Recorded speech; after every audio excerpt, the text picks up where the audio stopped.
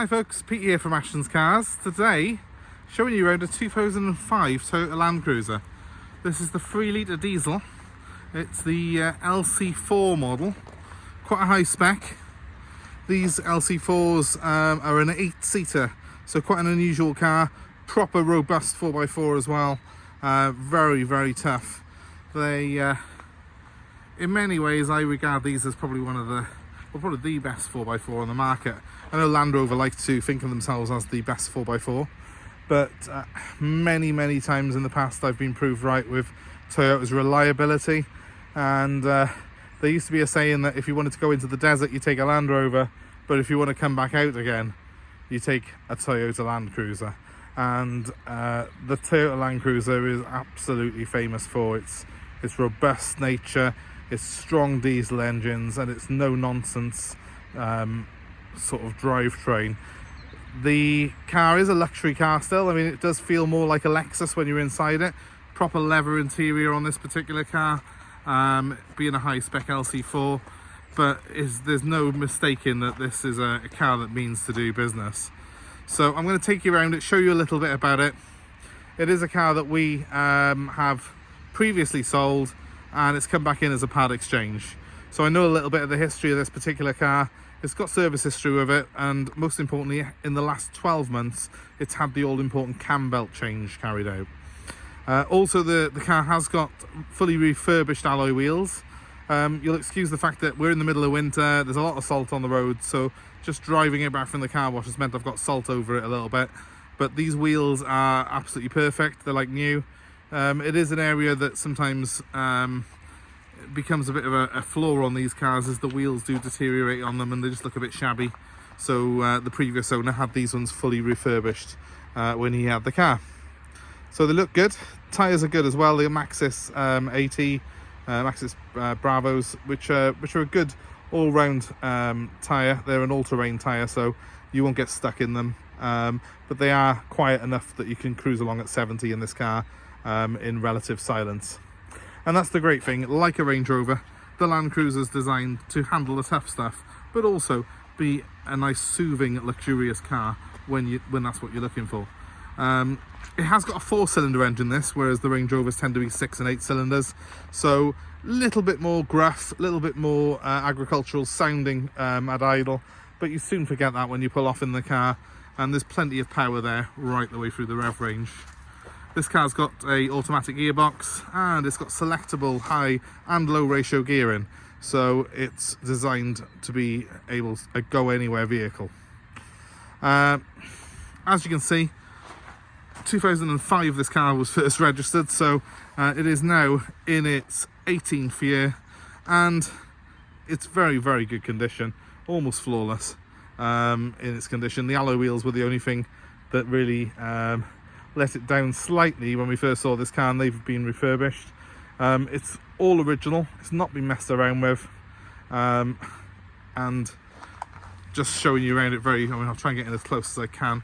Apart from a couple of very light surface scratches by here, the bodywork of this car is absolutely brilliant.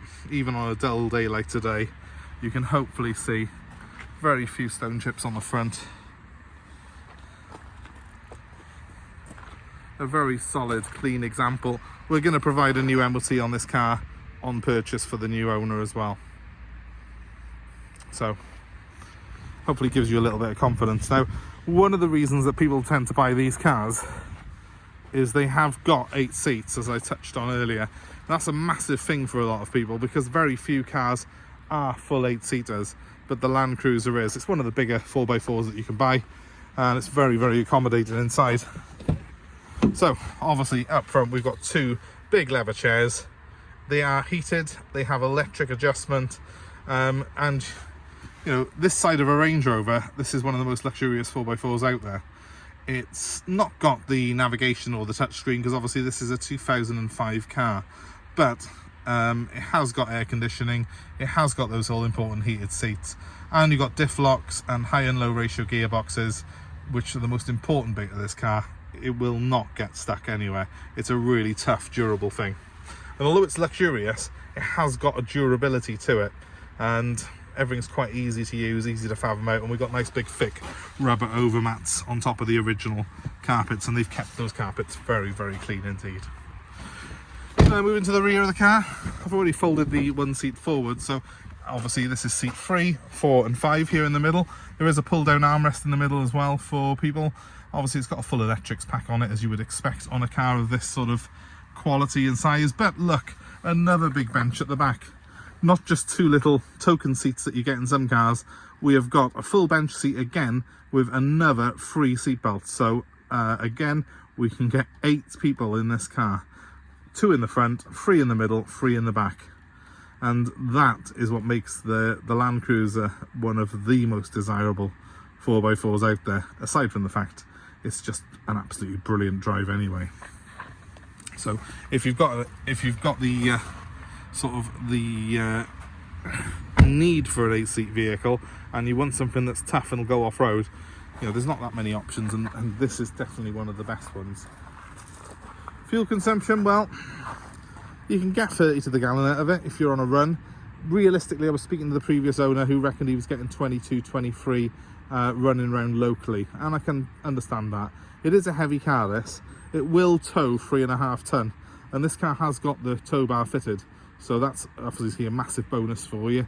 If you're looking at towing, it's already fitted on there. It just needs to be hooked up and go.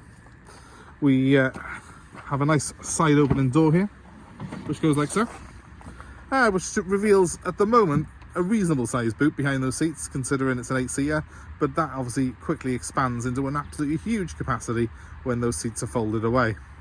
I have, as you may have noticed in the background, got a boot floor which goes on the car when those seats are folded as well, and that keeps everything nice and neat in there. Spare wheel obviously under the hard cover here. Coming just down this side again, you can hopefully see no dinks, no scratches, no dents on this car. Very, very clean and tidy. It absolutely defies its age, this car. Does not look or feel like a 18-year-old vehicle. Put a private plate on it and it's going to look very, very impressive indeed. People will think that you've got a 30 grand car. So just to show you this side of the middle bench, as you would expect, it does feel very plush in here. This is nice soft leather.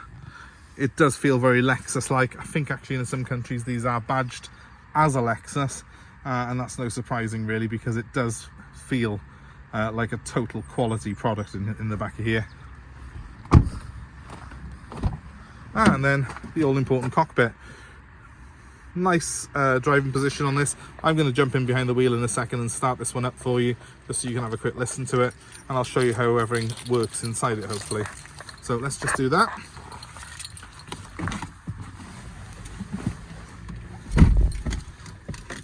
You can hopefully see it's quite a well laid out dashboard in here, and let me just put my key in here. And we'll start her up for you. So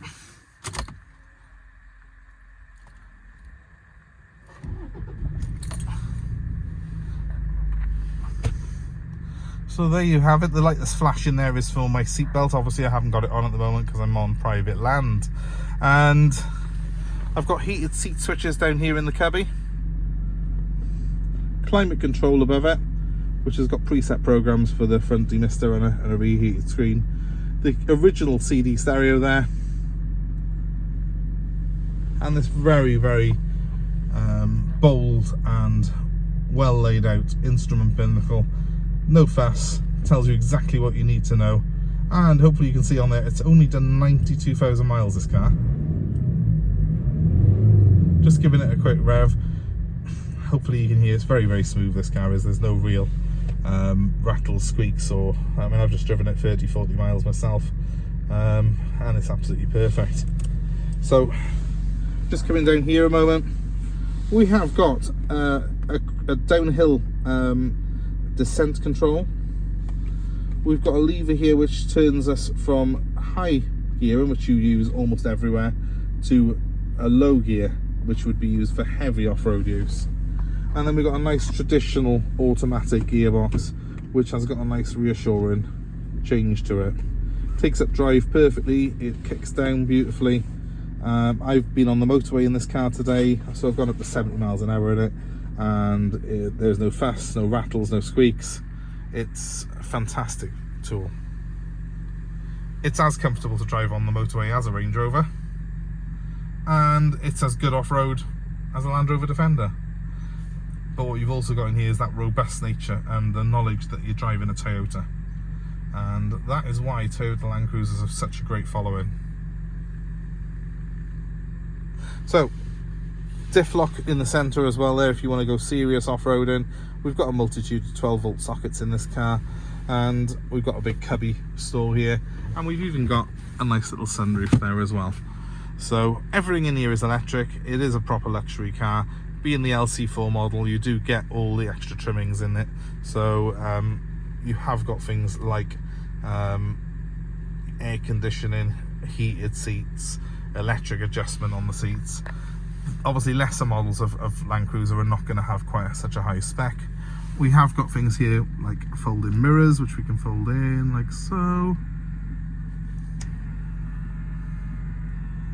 And obviously we've got things like the preheaters and electric mirrors down there as well. Some of the other controls, cruise control as well, which obviously is very, very important these days, especially with so many speed checks around.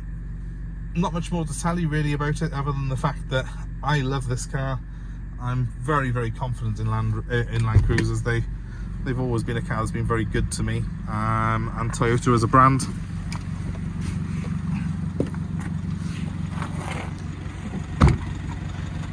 So in my opinion, if you're looking for something that will last you an eternity, look no further. Please feel free to comment below if you've had a Land Cruiser. I'd love to hear from you. How do you rate a Land Cruiser compared to a Range Rover or a Discovery? Similar money to this car, you could buy a Land Rover Discovery free, and it would be newer, but it would not last you as long, and you would have, in my opinion, more repair bills with it.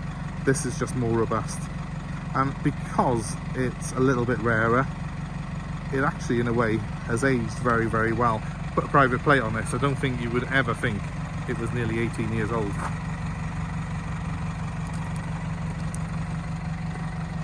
So give us a like, please give us a share, subscribe to our channel. There should be a link coming up on your screen now to do just that. We would really love you to subscribe, and you will get more updates, more car buying advice, and more cars available for sale like this one. And if you're interested in this particular car, my number is 07932 873 646. The Land Cruiser is available to have delivery anywhere in the UK. We're happy to bring this car to you. Just give us a call for a quotation, and we're happy to take your old car in part exchange. So give us a call, 07932 873 646. And as I say, please give us a comment below. Let us know your thoughts on these Land Cruisers and how you find them. Thanks ever so much for watching, guys, and we look forward to hearing from you soon. Goodbye.